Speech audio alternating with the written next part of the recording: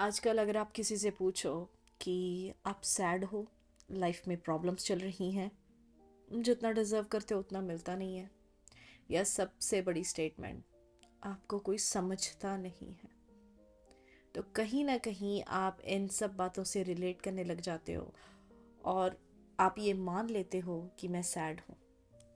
तो ये जो सैडनेस है ना, थोड़े टाइम के लिए इसको सैड ही रहने दिया, इसको सॉल्व नहीं किया और बार बार अपने दिमाग में रिपीट करते रहे कि हाँ मैं सैड हूँ, तो ये रेपिटेटिव सैडनेस बन जाती है आपका स्ट्रेस। आजकल ज़िंदगी ये हो गई है कि अगर हम स्ट्रेस ना लें तो हमें फ़र्क ही नहीं पड़ रहा, और अगर हम ज़्यादा स्ट्रेस ले लें तो हम टूट जाते हैं। ये माइंडसेट नहीं बनता कि हम खड़े कैसे रहें। अगर खिलाड़ी स्ट्रेस ना ले तो वो खेलेगा नहीं, अगर ज़्यादा स्ट्रेस हो जाए तो खेल ही नहीं पाएगा।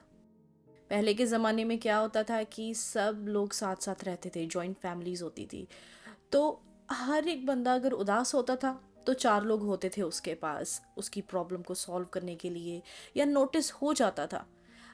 या तो क्या होता था कि कोई इंसान जो होता था उसके पास इतना टाइम ही नहीं होता था, एक अंदर जो हमारे एम्प्टीनेस है वो ही नहीं होती थी, घर के काम, किसी के साथ बैठ के बातें करना, या कुछ ना कुछ जो माइंड है वो ऑक्यूपाई रहता था। लेकिन अब सबसे बड़ा स्ट्रेस का कारण ही ये है कि हमारे अंदर एक एम्प्टीनेस है। हाँ, हम काम कर रहे हैं, हमारे गोल्स हैं, हम एक शेड्यूल जो है वो टाइट है, पर वो जो टाइट रूटीन है ना, वो भी उस एम्प्टीनेस को भर नहीं पाता।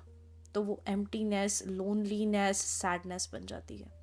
लेकिन अब हम न्यूक्लियर फैमिलीज़ में रहते हैं, और जबकि जो न्यूक्लियर फैमिली है वो उससे उसके भी दो मेंबर कहीं और रह रहे हैं, दो मेंबर कहीं और रह रहे हैं। मतलब अगर चार लोग हैं फैमिली में, तो वो चारों अलग अलग जगह रह रहे हैं। ये सिचुएशन है। प्राइवेसी और सिक्योरिटी के कारण हर एक बंदे का अलग से रूम तो है, पर वो सेपरेट रूम कब लोनलीनेस बन जाता है पता ही नहीं चलता। फिर भी अगर इन सब बातों से परे हटके हमारे पास अगर कोई है, हम अगर किसी को बोलें कि यार मैं मेरे दिमाग में ना ये थॉट आ रही है, तो पहला तो रिएक्शन ये होता है कि नहीं नहीं, तो ज़्यादा सोच रहा है, इतनी कोई बड़ी बात नहीं है। लेकिन अगर कोई बच्चा है, उसके दिमाग में कोई वियर्ड सा थॉट आए, वो किसी को बताए जाके, तो वो इंसान पहले तो ये बोलता है कि तुम बच्चे हो, तुम्हारे माइंड में ये कैसे आ सकता है। हर एक थॉट कहीं ना कहीं से तो आता ही है, और परेशानी तब होती है जब वो वियर्ड थॉट हमारे दिमाग में घर कर लेता है, एक बैठ जाता है हमेशा के लिए, और स्पेशली किड्स के अंदर। कभी कभी लगता है कि ये जो स्ट्रेस है ना, ये कुछ नहीं है, हमारी ही क्रिएट की हुई एक चीज़ है, माइंड का धोखा है। हम फ्री हैं, फ्रीडम में जी रहे हैं, किसी के स्लेव नहीं है, ये स्ट्रेस है। या फिर हम अपना अर्न कर रहे हैं, जॉब कर रहे हैं, किसी से मांगना नहीं पड़ रहा, हम फिट हैं, सारे बॉडी पार्ट्स सही सलामत हैं, फिर भी हम लेज़ी हैं, एक फॉर्चुनेट लाइफ जी रहे हैं। प्रॉब्लम पता कहाँ है? कि थोड़ी सी मेहनत करने को बोल दिया, या किसी ने हमसे कुछ एक्सपेक्ट कर लिया, ओहो उसकी एक्सपेक्टेशंस को पूरा करना होगा, या फिर हमने किसी से एक्सपेक्ट कर लिया, उसने मेरी एक्सपेक्टेशंस को पूरा नहीं किया, या फिर हमने एक ऑनलाइन शॉपिंग की थी और हमारा जो पार्सल है वो थोड़ा सा लेट डिलीवर होगा, ये स्ट्रेस है हमारा। मान लो कि अभी दुनिया में लड़ाई लग जाए, वर्ल्ड वॉर हो जाए, या कहीं पे नेचुरल डिजास्टर आ जाए, अर्थक्वेक या फ्लड्स, तब कहाँ जाएगा हमारा ये वाले स्ट्रेस। तो डेली लाइफ में स्ट्रेस पता किन बातों का है? मान लो कोई चीज़ टूट गई है, एक छोटी सी सैडनेस आपके अंदर आ गई कि ओ इस चीज़ को ठीक करवाना पड़ेगा, एक रिस्पॉन्सिबिलिटी आ गई उसको फिक्स करने की या बाहर से कहीं से करवाने की। तो पहले दिन आपने जाने दिया कि छोटी सी तो चीज़ है, कोई बात नहीं, बाद में कर लूँगा। दूसरे दिन आप भूल गए, तीसरे दिन आप कहीं पे बिजी हो गए, और चौथे दिन आपको फिर से वो चीज़ दिखी, चौथे दिन आप फिर से बोल रहे हो अरे यार इसको भी ठीक करवाना है। पहले 4 दिन तक तो ठीक था, लेकिन पांचवें दिन वो चीज़ आपके ऊपर बोझ बन गई, वो टास्क आपके ऊपर बोझ बन गया, क्योंकि जो चीज़ पहले 4 दिन में ठीक होने वाली थी, उसको 5वां दिन आ गया। तो एक छोटा सा फेलियर का एहसास आ गया, और ऊपर से घर वाले भी बोलने लगे कि इसको फिक्स कर दो। तो एक अधूरा टास्क था, वो आपकी इर्रिस्पॉन्सिबिलिटी, कंप्लेंट्स, फ्रस्ट्रेशन, ये सब चीज़ें मिलके, और एक छोटा सा फेलियर का एहसास, ये सब चीज़ें मिलके आपको सैडनेस और फिर स्ट्रेस की तरफ लेके जा रहा है। तो अगर हम रूट कॉज देखें तो ये तो हमारी इर्रिस्पॉन्सिबिलिटी की वजह से ही हुआ ना। अब इसी प्रोसेस को आप अपनी लाइफ पे, फैमिली पे, दोस्तों पे, करियर पे, गोल्स पे, हेल्थ पे और विजन्स पे लगाओ। फिर देखो ये एक्चुअल में आपकी लाइफ में कोई कमी है, या फिर हमारी ही नाकामी है कहीं ना कहीं पे, जो धीरे धीरे धीरे धीरे स्ट्रेस बन जाता है। आजकल स्ट्रेस के कई कारण हैं। अगर हम एक पहला कारण देखें कि इन्फॉर्मेशन, हर साइड से हमें एक इन्फॉर्मेशन दी जा रही है, ऑनलाइन, सोशल मीडिया, अगर हम दोस्तों में बैठ रहे हैं वहाँ से कुछ नया पता चल जाता है, और हर एक इन्फॉर्मेशन पता नहीं क्यों एक स्ट्रेस या एक बोझ की तरफ लेके जा रही है।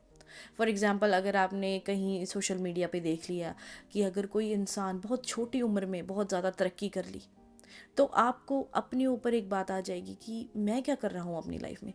तो ये एक नई इन्फॉर्मेशन मिली, पर उसने आपको एक स्ट्रेस दिया। अगर आपको पता चला कि आपके रिलेटिव्स में या आपके पड़ोसी कोई तरक्की कर रहे हैं, किसी ने कोई नई चीज़ खरीदी, तब भी आपको एक नई इन्फॉर्मेशन मिली, उससे स्ट्रेस हो गया। आप न्यूज़ देख रहे हो, न्यूज़ में एक सिर्फ एक नेगेटिव चीज़ें ही हैं, पर आपको इन्फॉर्मेशन मिल रही है, पर उसके साथ साथ स्ट्रेस मिल रहा है, एक चिंता जाहिर हो रही है। अगर आप किसी कंट्री में रह रहे हो जिसकी अगर टैक्सेस हैं, या कोई जो गवर्नमेंट है वो एक स्ट्रेसफुल रूल्स लेके आ रही है, तब भी आपको नॉलेज और इन्फॉर्मेशन तो मिल रही है, बट साथ साथ स्ट्रेस भी हो रहा है। तो हर एक इन्फॉर्मेशन ज़रूरी नहीं है कि वो आपके फ़ायदे के लिए ही हो। दूसरी चीज़ जो हमें स्ट्रेस देती है वो आजकल वो है कि सब कुछ चाहिए, हमें सब कुछ चाहिए। हम एक चीज़ पे, वो होता है ना सब्र, पेशेंस, वो नहीं हो पा रहा। हमें ये भी चाहिए, हमें वो भी चाहिए। उसके पास अच्छा फ़ोन है, मेरे पास अच्छा फ़ोन क्यों नहीं है। जब आपको सब कुछ चाहिए होता है, तो जिसमें आप होते हो ऑफ कोर्स उसमें खुश नहीं होते हो, तो ये एक अलग से स्ट्रेस होता है। एक और स्ट्रेस जो है वो होता है मोटिवेशन, जो शॉर्ट टर्म हमें मोटिवेशन मिलती है ना, वो होता है लॉन्ग टर्म फेलियर कभी कभी। क्योंकि हमें मोटिवेशन तो मिल जाती है, बट हमें इंस्पिरेशन नहीं मिलती। फॉर एग्ज़ाम्पल, किसी ने, अगर आप सैड हो, कोई आपके पास आया, आपने उसने आपको बोला नहीं ये लाइफ में चलता रहता है, ये वो वगैरह, थोड़ी सी उसने आपको अच्छे वर्ड्स बोले, आप हो गए ओके ठीक है, बट कल को फिर आप सैड हो जाते हो। तो जो एक्चुअल इंस्पिरेशन है कि आप इंस्पायर नहीं हो पा रहे हो अपने गोल या किसी टास्क के लिए, तो ये भी एक स्ट्रेस का कारण है, क्योंकि आपको फेलियर दिखता है आपका। और जो चौथी चीज़ है वो ये है कि हम इम्पेशेंट हो रहे हैं।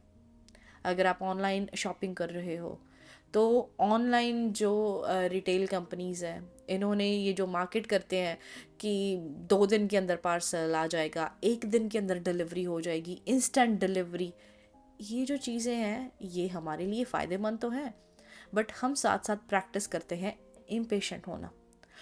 आज तो चीज़ फास्ट आ जाएगी, कल को अगर लेट हो गई तो वो हमें स्ट्रेस देगा।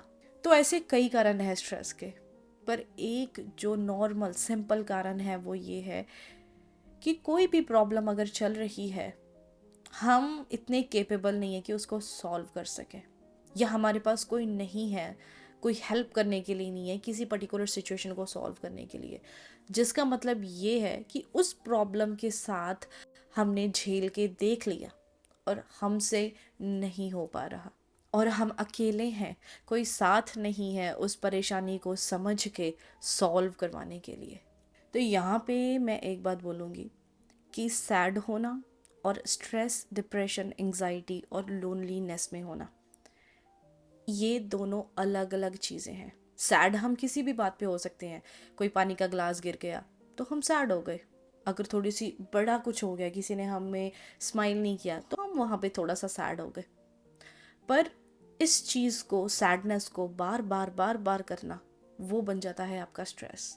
स्ट्रेस, डिप्रेशन, एंग्जाइटी और लोनलीनेस, ये बहुत बड़ी चीज़ें हैं, ये बहुत बड़े वर्ड्स हैं, और ये एक प्रॉपर एक स्टेट है जहाँ पे कई लोग चले जाते हैं। तो आजकल ये सब चीज़ें, mental health, stress, depression, anxiety, हमारे आसपास इतने ज़्यादा हाईलाइट हो रहे हैं कि हमें भी कई बार लगने लग जाता है कि कहीं मैं स्ट्रेस में तो नहीं जा रहा, कहीं मैं डिप्रेशन में तो नहीं जा रहा, कहीं कोई चीज़ मेरे को पर्टिकुलरली ट्रॉमा तो नहीं दे रही, कहीं से मुझे एंग्जाइटी तो नहीं हो रही।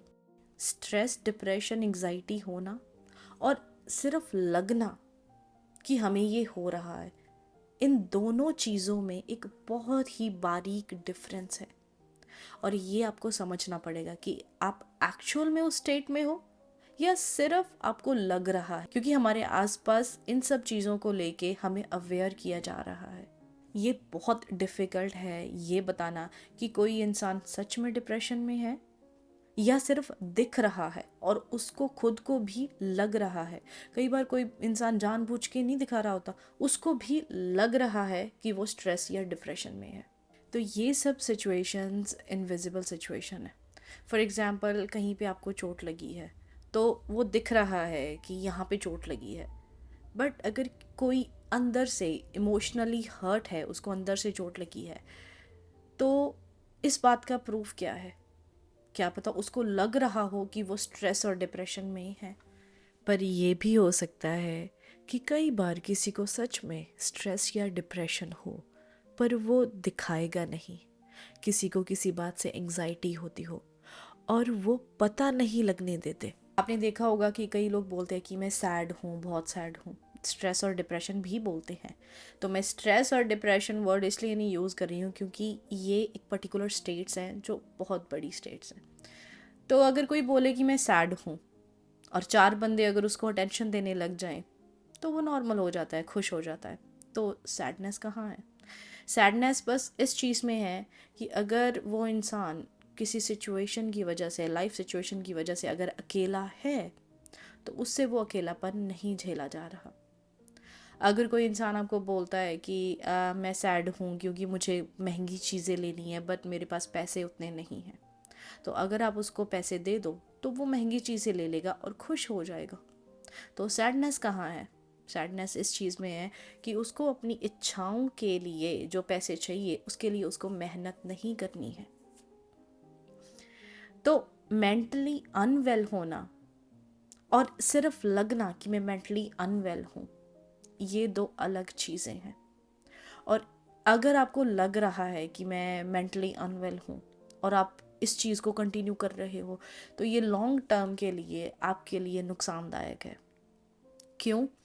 वो इसलिए क्योंकि अगर आप एक बार खुद को बोलोगे यार मुझे लग रहा है मैं स्ट्रेस में हूँ, मेंटली अनवेल हूँ, तो दूसरी बार बोलोगे, तीसरी बार बोलोगे, तो ऐसे करके आपका ब्रेन जो है वो ये चीज़ लर्न कर लेगा कि हाँ, ये पर्टिकुलर सिचुएशन जब आएगी तो मैं स्ट्रेस या डिप्रेशन में चला जाऊंगा।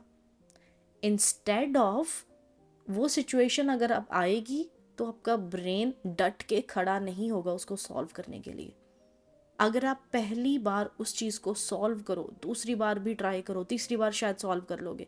और दूसरी प्रॉब्लम ये है कि आपकी जो इंडिविजुअल ग्रोथ है वो रुक जाएगी। अगर फॉर एग्जांपल एक सिचुएशन 1 है, आप उसको सॉल्व नहीं कर पा रहे और आप एक स्ट्रेस फील करने लग गए, आपने अपने ब्रेन को सिखा लिया कि हाँ मैं इस सिचुएशन से स्ट्रेस में जाता हूँ, तो आपका ब्रेन वो सीख लेगा।